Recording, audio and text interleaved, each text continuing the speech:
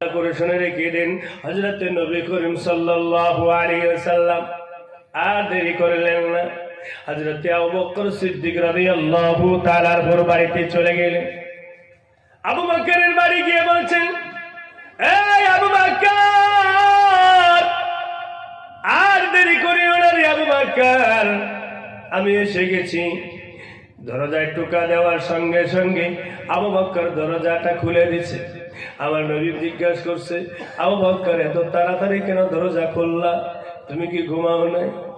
আবু বকর বলে, ইয়া রাসূলুল্লাহ, ইয়া হাবিবাল্লাহ, আপনি একদিন মসজিদে আপনি একদম মুশাওয়ারা করতে করতে একদিন বলেছিলেন হঠাৎ করে একদিন আমার হয়তো সফরে যাইতে লাগবে।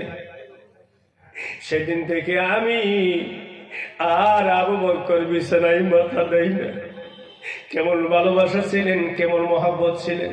ও বাবারা, ভাইয়েরা, আমার বন্ধুরা, হযরত নবী করিম সাল্লাল্লাহু আলাইহি সাল্লাম আবু বকরকে বললেন, আবু বকর রে, আর দেরি করিও না রে আবু বকর, এখন আমাদের যাওয়ার সময়। কেননা আমার আল্লাহ পাক আল্লাহ তাআলা ওহী নাজিল করে দিয়েছে, আমার অবশ্যই মক্কা ছেড়ে দিতে হবে।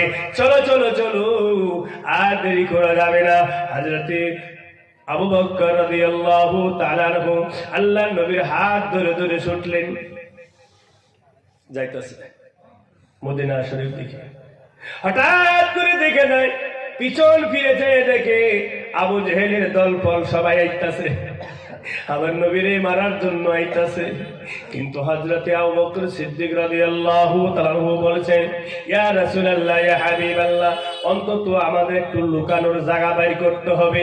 আমরা এইভাবে যেতে যেতে তারা তো এসে যাবে, তারা এসে আমাদেরকে মেরে ফেলবে। ইয়া রাসূলুল্লাহ, ইয়া হাবিবাল্লাহ, আর দেরি করবেন না,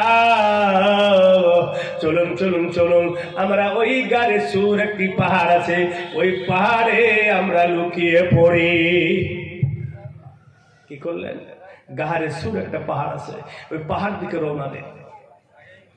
আমার নবীজি আর দেরি করলেন না। বাবা, ভাইয়ের, আমার বন্ধুরা, নবীজি আবু বকরের কথা মেনে ওই গারে সুর পাহাড়ে গেলেন। আমরা গিয়েছিলাম, আমি ওই গারে সুরে পাহাড়ে গিয়েছিলাম, কিন্তু উঠতে পারি নাই, অনেক উঁচু। তো ইশারা দিয়ে দেখাই দিছে এইটা পাহাড়, আমরা দেখে আসি। ও বাচ্চারা, ও আমার জননী মায়েরা, ভালো করে শুনে রেখে দিন। আম্মা গো, আমার নবীর কুটুন কাহারি, আমার নবীর দুঃখের কথা মনে পড়ে গেছে। নবীজি ওই গুহাতে উঠে গেলেন, পাহাড়ে উঠে গেলেন। পাহাড়ে উঠে এখন কোথায় লুকাবে, একটা জায়গা তালাশ করতেছে, জায়গা খুঁজতেছে কোন জায়গায় লুকানো যায়। আবু বকর বলছেন, ইয়া রাসূলুল্লাহ, ইয়া হাবিবাল্লাহ, ওই যে একটা দেখা যায়, গোত্র দেখা যায়, ওখানে চলুন যাই, আমরা লুকিয়ে থাকি। আল্লাহ নবী বললেন, চলো, আর দেরি করা যাবে না, তাড়াতাড়ি চলো, ওই গুহার ভিতরে লুকিয়ে যায়। আবু বকর সিদ্দিক রাদিয়াল্লাহু তাআলা আল্লাহ রাসূলকে নিয়ে এই গুহার ভিতরে গেলেন। যাওয়ার পর একটা দৃশ্য, ওখানেও একটা দৃশ্য হইলেন কি, ওই গুহার ভিতরে যায় দেখে গাতার ভিতরে আরো গাতা, ছোট ছোট ছোট ছোট অনেক টাকা গোত্র দেখা যায়। হযরত আবু বকর সিদ্দিক বললেন, ইয়া রাসূলুল্লাহ, ইয়া হাবিবাল্লাহ, এখানে মনে হয় সাপ আছে, সাপের গোত্র দেখা যায়। ইয়া রাসূলুল্লাহ, এখন কি করা যায়? আল্লাহ রাসূল বললেন, সাপের গোত্রগুলি বন্ধ করে দাও। কি দিয়ে বন্ধ করবে? কিছু নাই।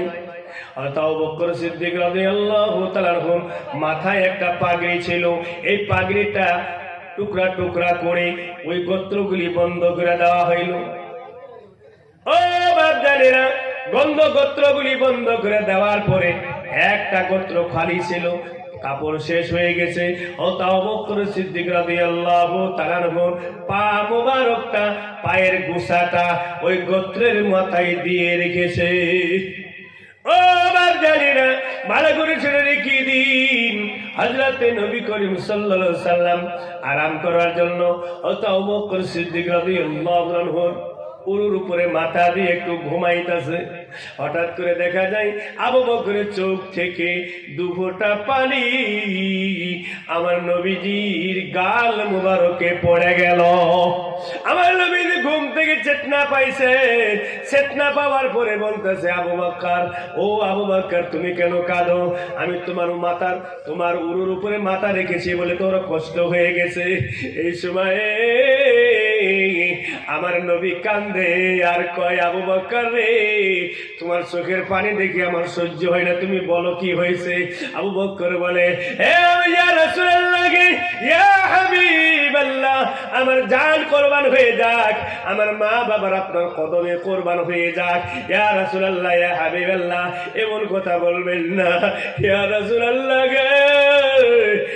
আপনি আমার উরুর উপরে মাথা রেখেছেন, তার জন্য আমি ব্যথায় কান্দি না, আমি কান্দে আমার মনে হয় আমার পায়ে সাপে দংশন করেছে।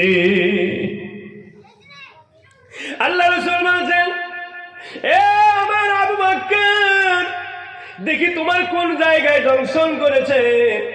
আমার নবীজি দেখে আর সহ্য করতে পারলেন না। আবু বকরকে বললেন, আবু বকর, এখানে কোনো ডাক্তার নাই, এখানে কোনো কবিরাজ নাই, এখানে কোনো হাকিম নাই। এ আবু বকর, এখানে তোমার নবীজির মুখের ওষুধটাই লাগাইয়া দাও। জোরে কোন সুবহানাল্লাহ।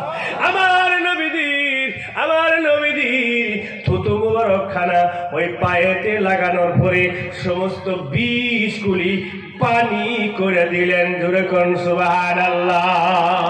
নারে তাকবীর। আমার ভাইয়ের, আমার বোন, তাহলে মনে করুন আমার নবীজি কি ছিলেন। থুতু মুবারক দিয়ে যদি বিষ পানি হইতে পারে, তাহলে আমার নবীজির মূল্য কি ছিলেন? ও বাপজানেরা, বর্ণনা করতে গেলে গো বাবা, আমার নবীজির পায়খানা জীবনে কেউ খুঁজে পাই নাই। জীবনে কোনোদিন পায়খানা খুঁজে পাই নাই। যখন নবীজি পায়খানা করেছে, পেশাব করেছে, সঙ্গে সঙ্গে মাটি গ্রাস করেছে, খুঁজে পায় নাই।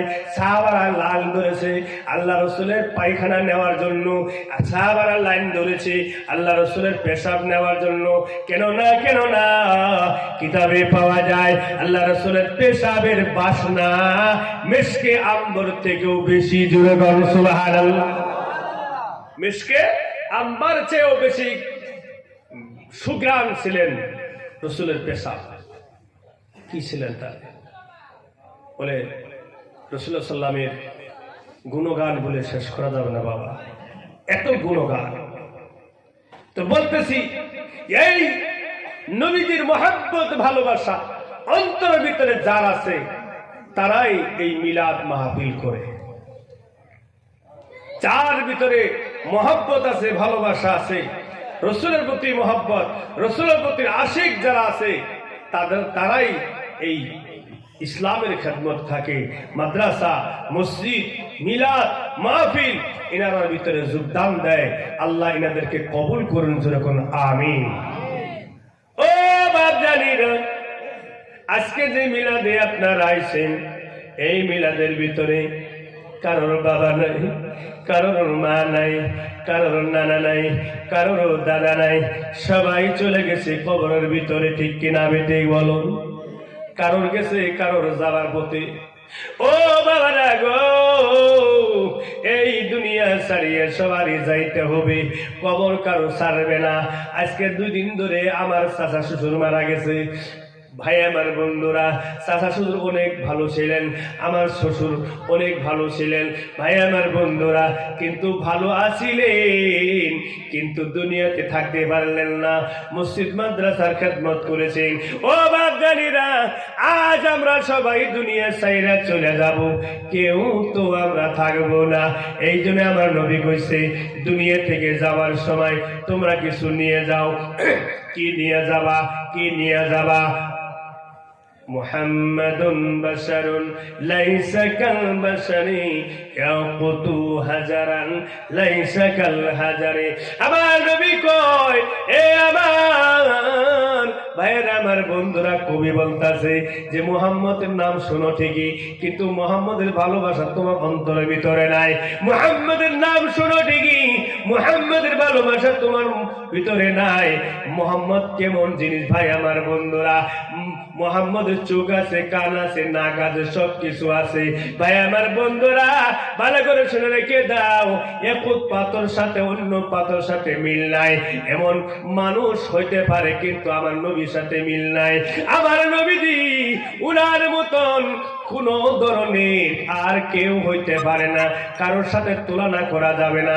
বেমিসাইল বেমিসাইল বেমিসাইল, আমার নবীর সাথে কোনো মিসাইল দেওয়া যাবে না।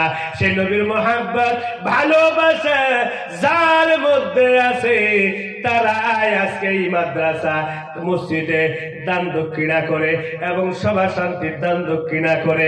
ভাই আমার বন্ধুরা আল্লাহর কাছে আমরা সবাই হাত তুলে দোয়া করব। আমি একটা হাত পাঠাইতেছি আপনাদের কাছে। ভাই আমার বন্ধুরা আগামী বছরে এই জলসাতে কি আছেন 5,000 টাকা দান করবে। আছেন ভাই? অল্প সময়ের জন্য আইছি আপনাদের কাছে। সামনে বছরে জলসা হবে কি হবে না একটু জোরে কোন তো হবে? আরে বলার